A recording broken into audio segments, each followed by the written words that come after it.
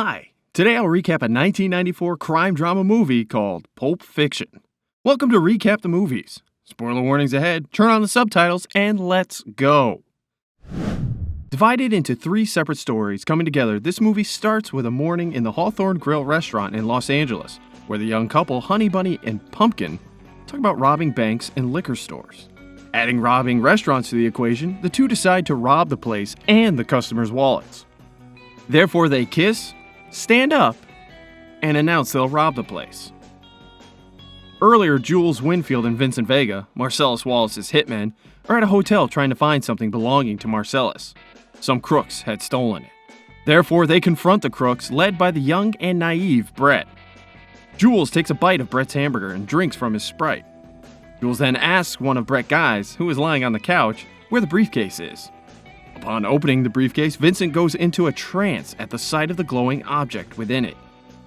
Brett tries to talk his way out, but Jules breaks his concentration by shooting the guy lying on the couch. Jules recites a passage from the Bible, Ezekiel 25:17, and proceeds to kill Brett too. Vincent Vegas and Marsellus Wallace's wife. At a strip club, Marsellus Wallace hires a boxer named Butch to take a dive in his next boxing match. Jules and Vincent also enter the strip club with the briefcase, wearing shirts, shorts, and flip-flops instead of the black suits they wore earlier.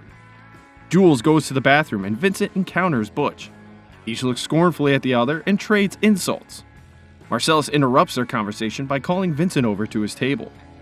It turns out Marsellus is leaving town, so he tells Vincent to keep his wife, Mia, company.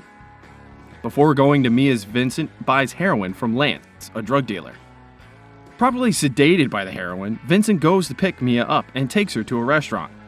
After a talk about nonsensical stuff, the two go into a dancing contest. They win a trophy for being the best dancers. Afterwards, Vincent takes Mia home. Vincent goes to the bathroom, trying to talk himself out of sleeping with Mia. Mia overdoses after taking some of Vincent's heroin, causing her to foam and bleed from the nose. Panicked at the horrible sight, Vincent takes the dying Mia to Lance's. Following Lance's advice, Vincent injects Mia with adrenaline into her heart and revives her. Vincent then takes Mia home. To avoid any trouble, they agree not to tell Marsellus what just happened. The Gold Watch. When Butch was little, Captain Coons, his father's war buddy, visited him. Butch was given a golden watch. His grandfather wore it during World War I, and his father wore it in Vietnam. But his father died as a prisoner of war. While imprisoned, he had to conceal the watch in his rectum from his captors. After his death in prison, Captain Coons took the watch from Butch's dead father and hid it in his rectum. Coons hands the watch to the young Butch. When Butch awakes from the dream, he goes to the boxing match.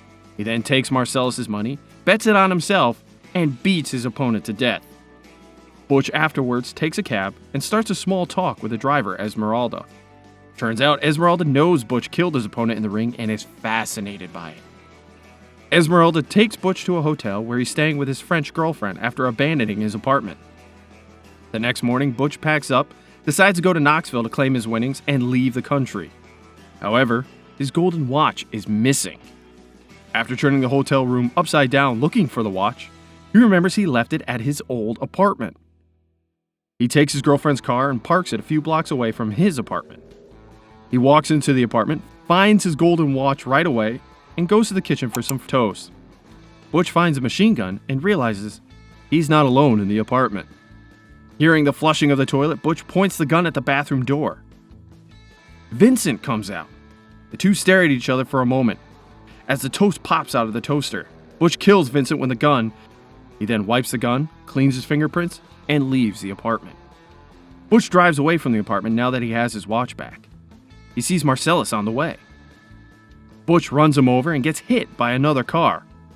The two are severely injured and bleeding. Marsellus gets up and limbs chasing Butch into a pawn shop. Butch overpowers Marsellus in the pawn shop, but the owner knocks Butch out with a shotgun. Then he calls his cousin Zed, a homosexual, dirty cop. Butch and Marsellus wake up in the basement of the pawn shop, tied up to chairs with red balls stuffed in their mouths. Turns out that Manyard and Zed are serial killers whose victims are anyone walking into the shop. They take Marsellus to a room to rape him and have the Gimp, a man dressed in black leather from head to toe, watch over Butch. However, Butch breaks free and knocks out the Gimp Instead of leaving Marsellus to get raped in the shop, Butch decides to save him. He grabs a samurai sword and stabs Maynard with it. After being freed by Dutch, Marsellus shoots Zed with a shotgun in the testicles. Butch asks him what next. As for Zed, Marsellus decides to get medieval on him and kill him slowly. As for Butch, Marsellus decides to let everything go as long as Butch doesn't talk about what happened and leaves Los Angeles. Butch agrees, takes Zed chopper, and leaves the city with his girlfriend. The Bonnie situation. 3 days earlier, after the execution of Brett, one of Brett's guys storms out of the bathroom, shooting Jules and Vincent with a big revolver.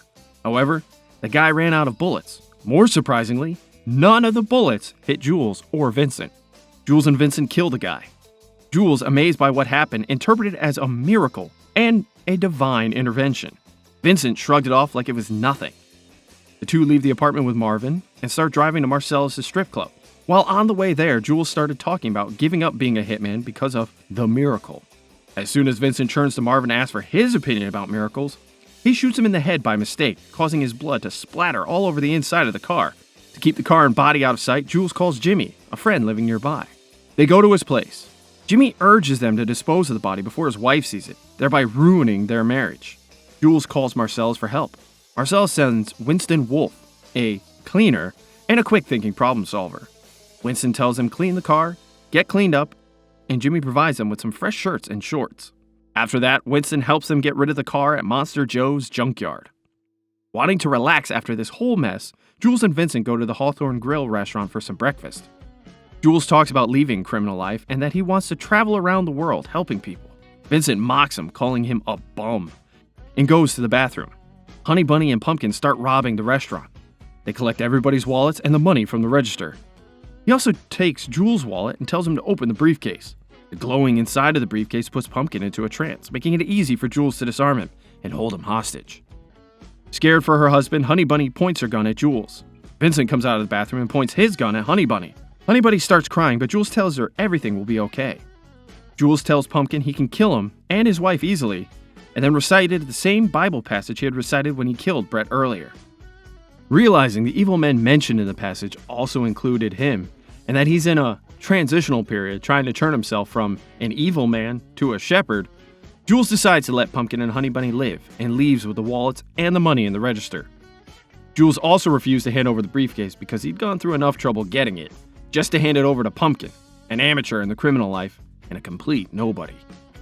The movie ends with Vincent and Jules leaving the restaurant and going to Marsellus' strip club. What do you think about this movie? Let me know in the comments. If you like this recap and want more, make sure to subscribe and hit that like button.